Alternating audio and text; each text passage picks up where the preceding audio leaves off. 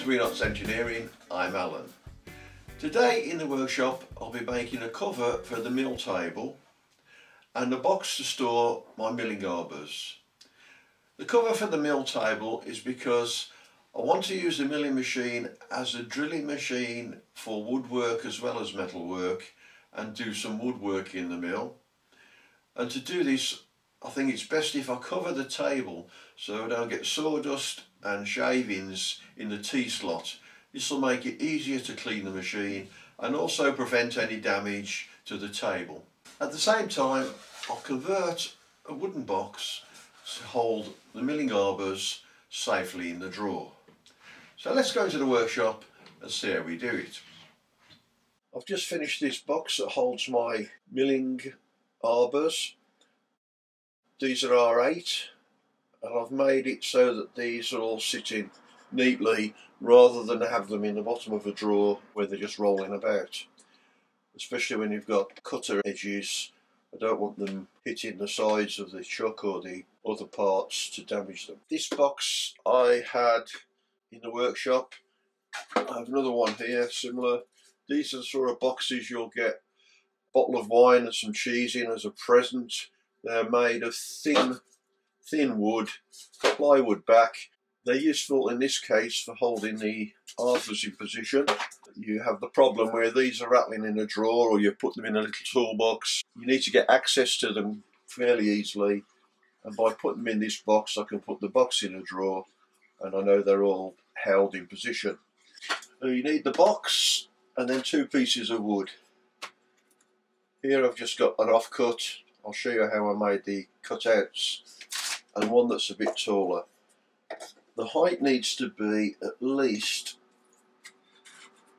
more than half the diameter of your arbor. So you can cut a semicircle in here and it will rest in there nicely. The second piece of wood needs to be taller so that when that's in there held, the second piece will come at least halfway up to this end. In other words, the height of this is at least to the centre. So these two pieces will do. What we need to do to get the tools to fit, the first thing is to place your tools in the box and make sure that the number of tools will fit the box that you have and you can space them evenly. Then on your small piece of wood, which goes to the bottom here, cut the wood length to fit inside the box. So once you've laid out the positions with a pencil, just mark the centres of each arbor. And mark the wood so you know which side is left or right. And also remember the positions that you put the different arbors. And the way I cut the semicircle, I'm using one of these hole saws for the semicircles. The way I did that was find one that is just a little bit bigger than the shaft. That fits into the hole saw. Hole saw into the mill or pedestal drill. Line your drill on the line that you've marked. Move the drill up so it just touches the edge of the wood. We're not using the drill to drill through the wood, we're just using the drill to get the centre location.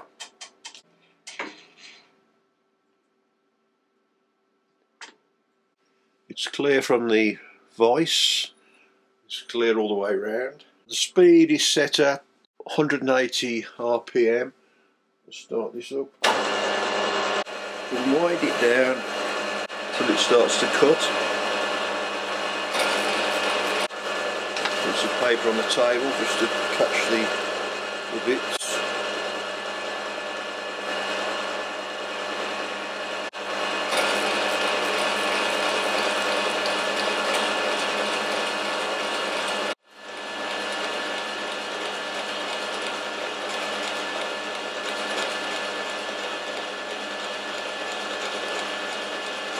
Just ease off as you get to the bottom.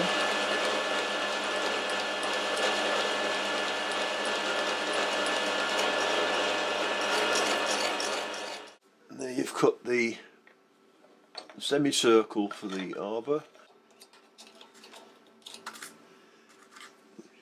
Just take the piece of wood out, then all you do is move it along to the next mark and just lower the saw to cut the second one. And once you have your semicircles cut in the first piece of wood, you then reset the saw for the next size. We've cut the semicircle for the base. Now we need to cut the semicircle for the body of the tool. You do the same thing, just select a cutter that will easily fit onto the body. We'll insert this into the holder, and then on the larger piece of wood we'll do exactly the same. As each component has a different diameter on the other end, you need to select the correct size hole saw to suit each part. So make sure that each arbor is in the correct location before you use the hole saw to cut the diameter. Now I've changed this for the larger piece of wood. There's the mark I made. I've set the larger hole saw in and I'm ready to cut that.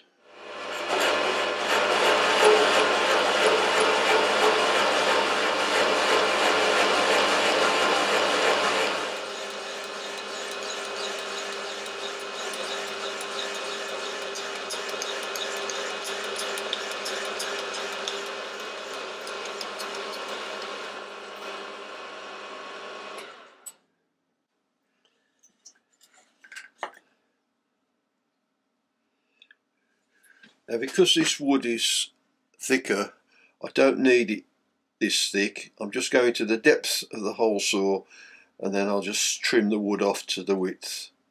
Now change the hole saw for the next size to cut the diameter for the next arbor and continue along the piece of wood until all the positions are cut. Once all the positions are cut, then slice the wood to the correct thickness to remove the semicircles.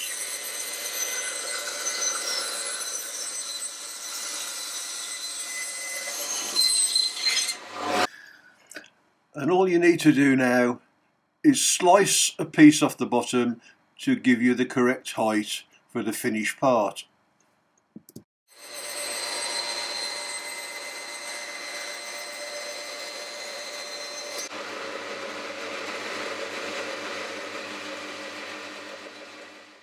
So once you've cut the width of the wood to the width you require, the whole part will come out. And then all you need to do is check that the part fits. That stops it rolling about. And when you're happy with the fit of the parts, you can glue the two wooden rails into the box. It stops the arbors rolling round, hitting each other, any sharp edges getting chipped, and you know exactly where the tools are when you need them. And this box just fits nicely inside the drawer. As this milling machine replaced my pedestal drill, I will still need to use this as a drilling machine for drilling wood and steel. And what I want to do is make a cover to go over the table so that any sawdust is easy to clean up, doesn't go down the T-slots. And what I want to get is a piece of plywood that will fit the table, overlap the edges, and then I'll cut out the shape of the vise so that I can put a piece each side that covers the complete table. Now I've saved this plywood. This is part of a packing case that the milling machine arrived in, and the plywood is about 1/4 inch thick, which is about 5 or 6 mil, and that would be ideal for making a cover for the milling machine table. The first thing I want to do is cut the bottom of this plywood off because it's got holes in and split, so I'll come in a couple of inches to give me a nice straight edge.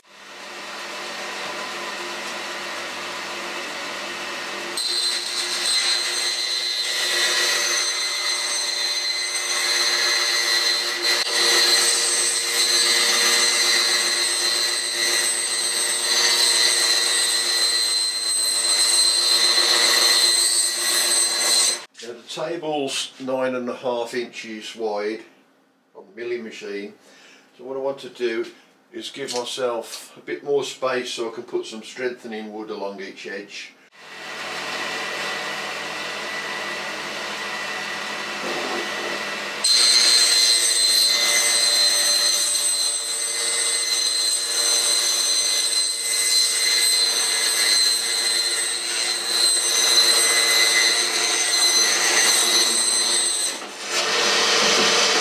The next thing I want to do is cut off this edge where it's had staples through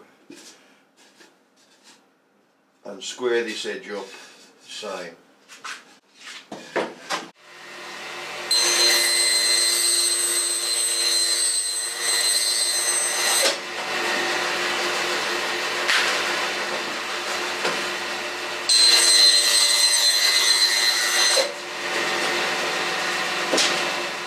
That gives me a piece of ply. Although it's a bit distorted, that will soon flatten out. The next thing is decide where the vice is and cut across so I can have two parts. So there's the wood. It's longer than the table at the moment. I'm going to butt it up against this edge, which is the power drive on the end, because I don't want any dust and dirt going down this part. And then I'm just marking the centre of the vice with a pencil, and I'll cut along here, split the board in two, and then cut out the profile of the vice on this end and the profile of the vice on the other side. So this is the position I want to cut across, and because the bandsaw will cut here, it's not deep enough on the throat, I'll use the other saw just to cut straight across.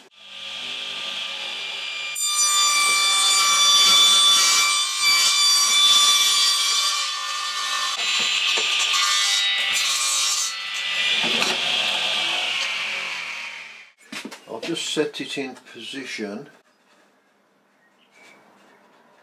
mark the cutout on the back of the vice.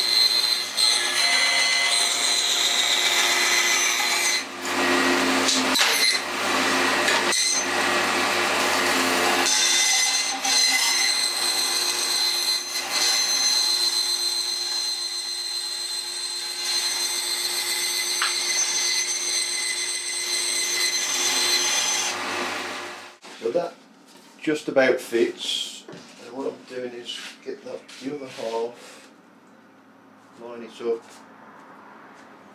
mark the width of the slot,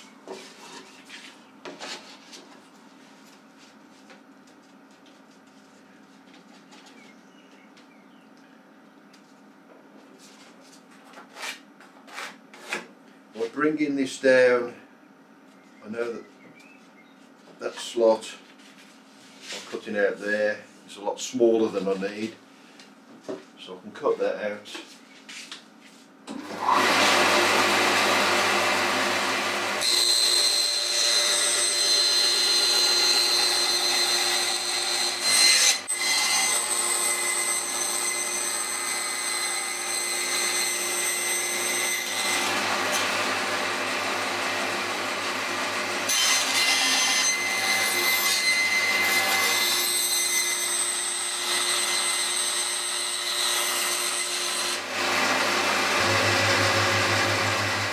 The first one fits around the vise, and this end just pushes down up against his face, and the second side should fit on there.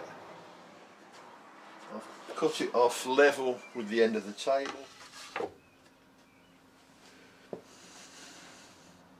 So all I need to do is fit a strip on the front and the back so it lines up with the table, and that's another job finish.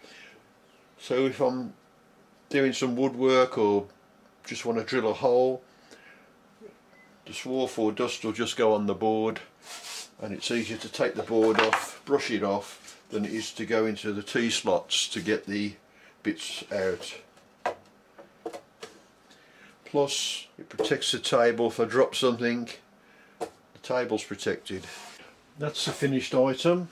All I've done is drill some holes in the top, put a strip of wood underneath, place the board so it fits properly, put the wood underneath, and then screw it into the wood so it holds it, and one on the back just to guide so it doesn't move backwards and forwards. Well, that's it for today. Hope you enjoyed it. Hope to see you next time on Enots Engineering.